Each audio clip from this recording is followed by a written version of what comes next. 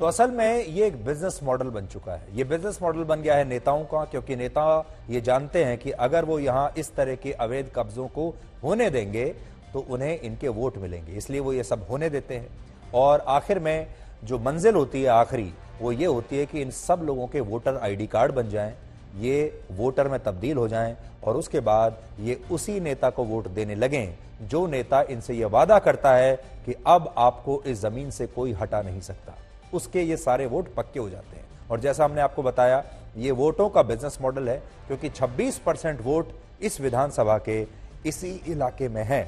इसलिए नेताओं की जो नजर है वो हमेशा वोटों पर रहती है। जैसा कि हमने कहा, इंक्वायरी जरूर होनी चाहिए और सुप्रीम कोर्ट को इस बात की इंक्वायरी जरूर करनी चाहिए कि आखिरकार ये अतिक्रमण शुरू हुआ कैसे, इस अतिक्रमण को किसने शुरू होने दिया,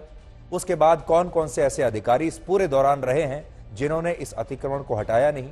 इसके विधायक, यहाँ के सांसद और कौन कौन सी सरकारें रही हैं, कौन कौन से मंत्री रहे हैं, और उन सब के खिलाफ एक्शन होना चाहिए। सिर्फ लोगों को बेघर करने से कुछ नहीं होगा। इस बार सुप्रीम कोर्ट को भी और हमारे देश के कानून को भी एक अलग केस स्टडी की तरह इसे लेना चाहिए, जिसमें लोगों को यह पता चले कि यह सिर्फ लोगों का दोष नहीं है, ये सरकारों का दोष है, ये नेताओं का दोष है। आज आपको यह भी देखना चाहिए कि हल्द्वानी के विरोध प्रदर्शन में और दिल्ली में हुए शाहीन बाग के विरोध प्रदर्शन में क्या समानताएं हैं।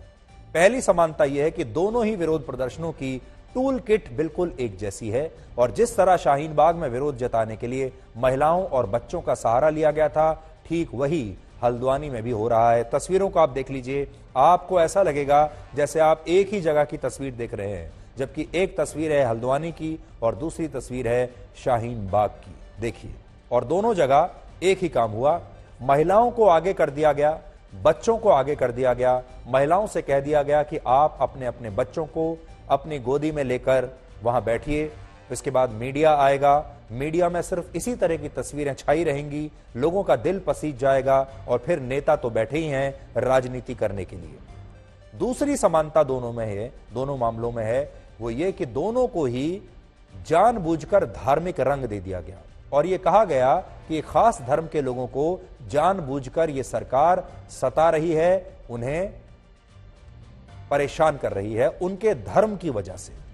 तीसरा, दोनों ही मामलों में समर्थकों की टीम भी बिल्कुल सेम है। और आपने देखा होगा कि जब शाहीन बाग का प्रदर्शन हुआ था, इसके अलावा जब किसानों का प्रदर्शन हुआ था, तो बहुत सारे लोग वहां लंगर लगाने के लिए पहुंच गए थे। कुछ लोग खाना लेकर पहुंच गए, कुछ लोग गर्म कपड़े लेकर पहुंच गए, और शाहीन बाग में भी देखिए यही हुआ था।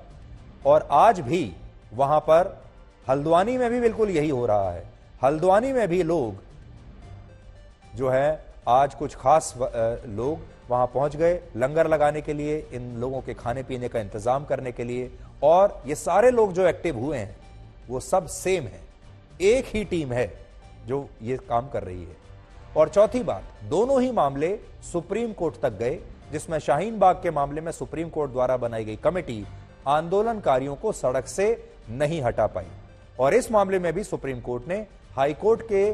डेमोलिशन के फैसले पर स्टे लगा दिया और इन लोगों को राहत दे दी। यानी इन दोनों ही मामलों में अगर आप देखें तो दोनों को ही सुप्रीम कोर्ट ने मानवीय आधार पर देखा, और दोनों ही मामलों में सुप्रीम कोर्ट ने इंसाफ की देवी के आंखों पर जो पट्टी बंधी होती है उस पट्टी को उतार दिया, और वो पट्टी जब उतर जाती है तो कानून के साथ साथ मानवीय आधार भी दिखने लगता है, और जब वो पट्टी बंध जाती है तो सिर्फ कानून दिखता है और कानून अंधा होता है। अब ये बात समझ में नहीं आती कि किस मामले में वो पट्टी उतर जाएगी और किस मामले में इंसाफ की देवी दोबारा से वो पट्टी लगा लेगी।